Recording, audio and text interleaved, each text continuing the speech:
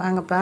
இப்போ நம்ம ஒரு புதுசாக ஒரு ரோஜாவை பார்க்குறோம். இது வரைக்கும் நான் காட்டியிருக்க மாட்டேன். இப்போ தான் பூ வச்சுருக்கு, அதனால் இப்போ தான் காட்டுறேன். நேற்று போய் பார்த்தேன், மழை பெஞ்சிக்கிட்டே இருந்தது, வெறும் மொக்கா இருந்தது. இன்றைக்கி மழை விட்டோன்னே போய் பார்க்குறேன், எல்லாமே மலர்ந்து நிறையா பூக்களோடு நிற்கிது. அழகாக இருந்தது. அதனால தான் வீடியோ எடுத்து உங்களுக்கு போடுறேன். இந்த மழை நேரத்துலையும் என்னுடைய செடிகளை பாருங்கள் எவ்வளோ செழுமையாக இருக்குன்னு. இதுக்கு காரணம் நான் கொடுக்குற அடி உரம். அதை நான் பெரிய வீடியோவில் போட்டிருக்கேன். நீங்கள் வேணால் போய் செக் பண்ணி பாருங்கள். அதே மாதிரி நீங்களும் உங்கள் செடிகளுக்கு கொடுங்க. நல்லா சின்ன செடியாக இருந்தாலும் நல்லாவே பூக்கள் வைக்கும், மொக்கு வைக்கும், செடி செழுமையாக இருக்கும். எவ்வளோ மழை பெஞ்சாலும் தாங்கும், ஒன்றுமே ஆகாது, செடி வீணாகவே போகாது. பாருங்கள், நீங்களும் இதேமாரி செய்யுங்க.